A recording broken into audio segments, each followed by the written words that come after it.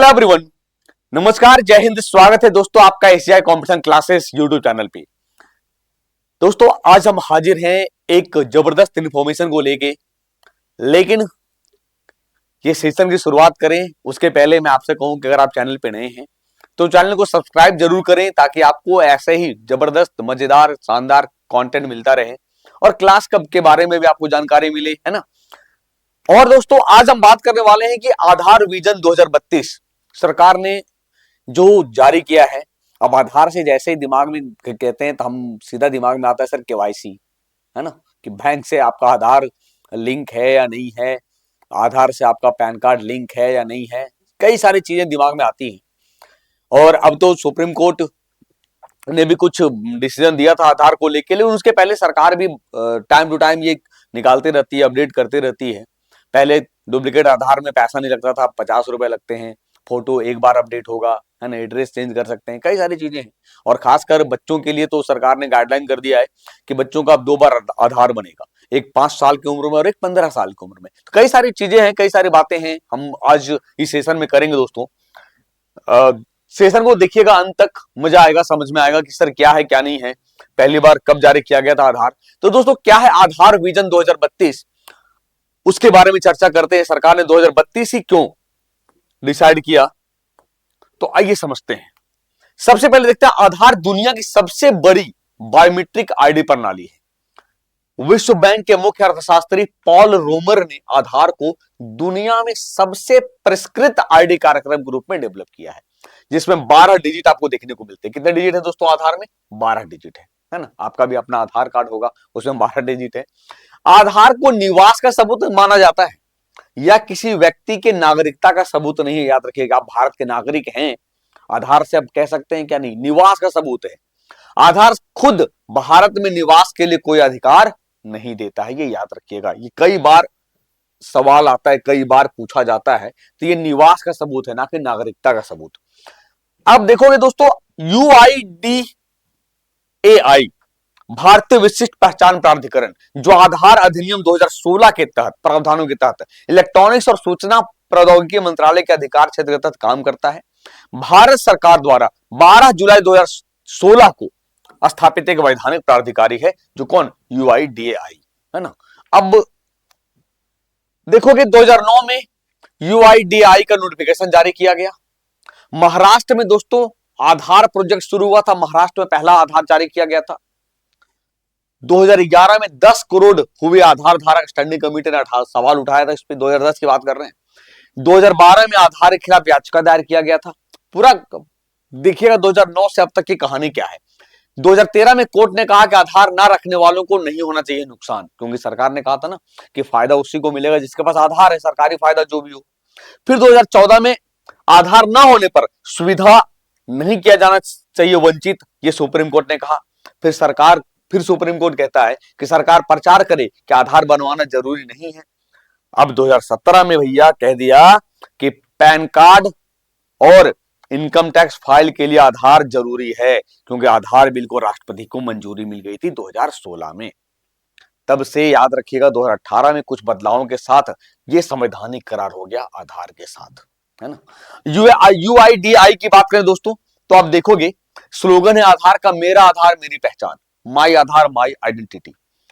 Neelkanth Mishra chairman है UIDAI के, भुवनेश कुमार अभी सीईओ है। और दोस्तों यूआईडीआई की बात करें तो 28 जनवरी 2009 को लॉन्च किया गया था, 16 साल पहले। और पहला आधार महाराष्ट्र में जारी किया गया था। पहला आधार कार्ड किसको? महाराष्ट्र में जारी किया गया था दोस्तों, है ना।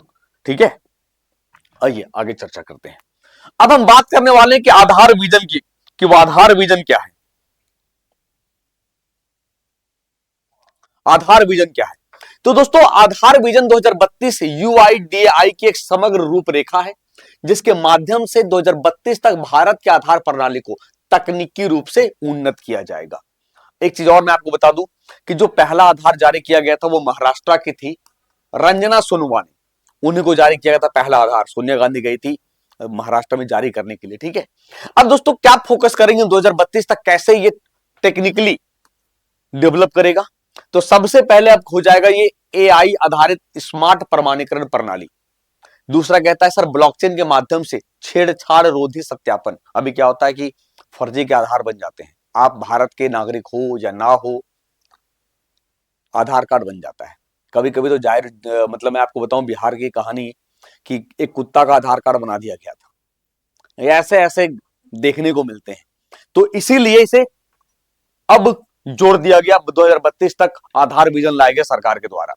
तो ब्लॉकचेन के माध्यम से छेड़छाड़ रोधी सत्यापन और ऑडिटेबिलिटी, क्वांटम कंप्यूटिंग के खतरों से निपटने की तैयारी है। भारत के डिजिटल पर्सनल डेटा प्रोटेक्शन के तहत एक्ट के तहत अब उन्नत एन्क्रिप्शन प्रणाली होगा। इसका उद्देश्य क्या है? इसका उद्देश्य है एक मजबूत, सुरक्षित और समावेशी डिजिटल पहचान ढांचा विकसित करना, जो नागरिकों के साथ साथ देश की बढ़ती डिजिटल अर्थव्यवस्था को भी समर्थन दे सकेगा। ठीक है, इसके अलावा अगर मैं बताऊं आपको कि अब इस परिवर्तन का नेतृत्व कौन कर रहा है, कौन लीड कर रहा है भारत सरकार की तरफ से, तो इस परिवर्तन का जो कौन है, UIDAI, जिसका भी मैंने चर्चा करी है।